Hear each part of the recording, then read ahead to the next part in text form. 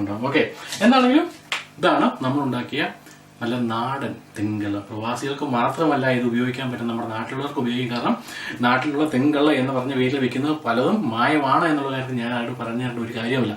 എന്താണെങ്കിലും നമ്മുടെ നാടൻ തെങ്കള്ള. ഓക്കെ,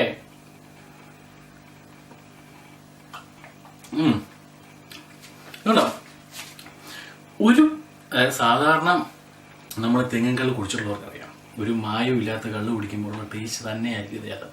എന്ന് വെച്ചാൽ നല്ല അടിപ്പനായിട്ടുള്ള ഒരു കള്ള് ഈസി ആയിട്ട് കുടിക്കാൻ സാധിക്കും. ഓക്കെ,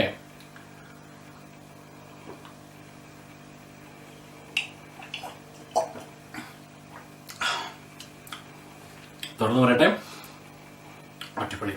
അപ്പൊ ഇനി നമ്മൾ ചെയ്യാൻ പോകുന്ന നാച്ചുറൽ ആയിട്ട് തന്നെ അല്ല അടിപൊളിയായിട്ടുള്ള മുന്തിരി ഫ്ലേവറോട് കൂടിയ കള്ള എങ്ങനെ ഉണ്ടാക്കിയെടുക്കാം എന്നുള്ളതാണ്. അത് വീട്ടിൽ ഈസി ആയിട്ട്.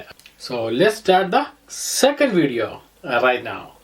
അപ്പോൾ നമുക്ക് നല്ല അടിപൊളി മുന്തിരിക്കള്ള ഉണ്ടാക്കാം. അതിനായിട്ട് ആദ്യം വേണ്ടത് ഇതുപോലത്തെ ഒരു ഭരണിയാണ് വേണ്ടത്. ഇത് ഗ്ലാസിൻ്റെ തന്നെ വേണമെന്നൊരു നിർബന്ധമില്ല, പക്ഷേ ഗ്ലാസിൻ്റെ ആണെങ്കിൽ വളരെ നന്നായിരിക്കും. ഓക്കെ, പിന്നെ ഇത് ശരിക്കും കഴുകി നല്ല ചൂടുവെള്ളത്തിൽ കഴുകി എടുത്ത് ഉണക്കിയിരിക്കണം. അതായത് നല്ല വൃത്തിയും വെടുപ്പും ഉള്ളതായിരിക്കണം എന്നർത്ഥം.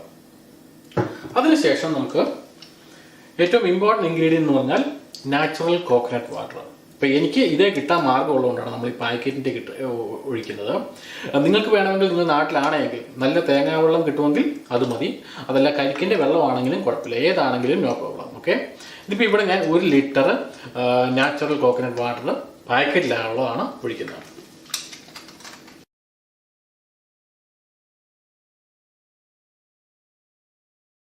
അങ്ങനെ നമ്മുടെ 1 ലിറ്റർ തേങ്ങാവെള്ളം ഇതിൻ്റെ അത് ഒഴിച്ച് കഴിഞ്ഞു. ഇനി നമുക്ക് സെക്കൻഡ് ഇൻഗ്രീഡിയൻ്റ് എന്ന് പറഞ്ഞാൽ ഏറ്റവും നല്ലത്, അതായത് നമ്മൾ മുന്തിരിക്കളർ ഉണ്ടാക്കുന്നത്, അതുകൊണ്ട് തന്നെ നല്ല റെഡ് കളറിലുള്ളതും അതോടൊപ്പം തന്നെ നല്ല പഴുത്തതുമായ നല്ല മുന്തിരിങ്ങ. ഓക്കെ, നല്ല പഴുത്ത മുന്തിരിങ്ങ ഒരൽപ്പം ഇതിലേക്ക് ഇടുക.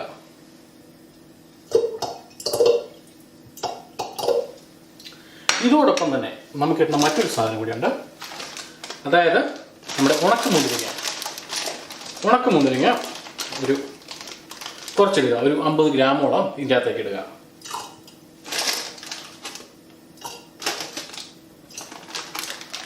ഇനി നെക്സ്റ്റ് ഇൻഗ്രീഡിയൻ്റ് എന്ന് വെച്ചാൽ നമ്മൾ ഷുഗറാണ്. ഓക്കെ, നമ്മൾ 1 ലിറ്റർ തേങ്ങാവെള്ളമാണ് ഒഴിച്ചിരിക്കുന്നത്. അതുകൊണ്ട് തന്നെ നമുക്കൊരു 200 ഗ്രാം അല്ലെങ്കിൽ 250 ഗ്രാമെങ്കിലും ഷുഗർ വേണം. ഓക്കെ,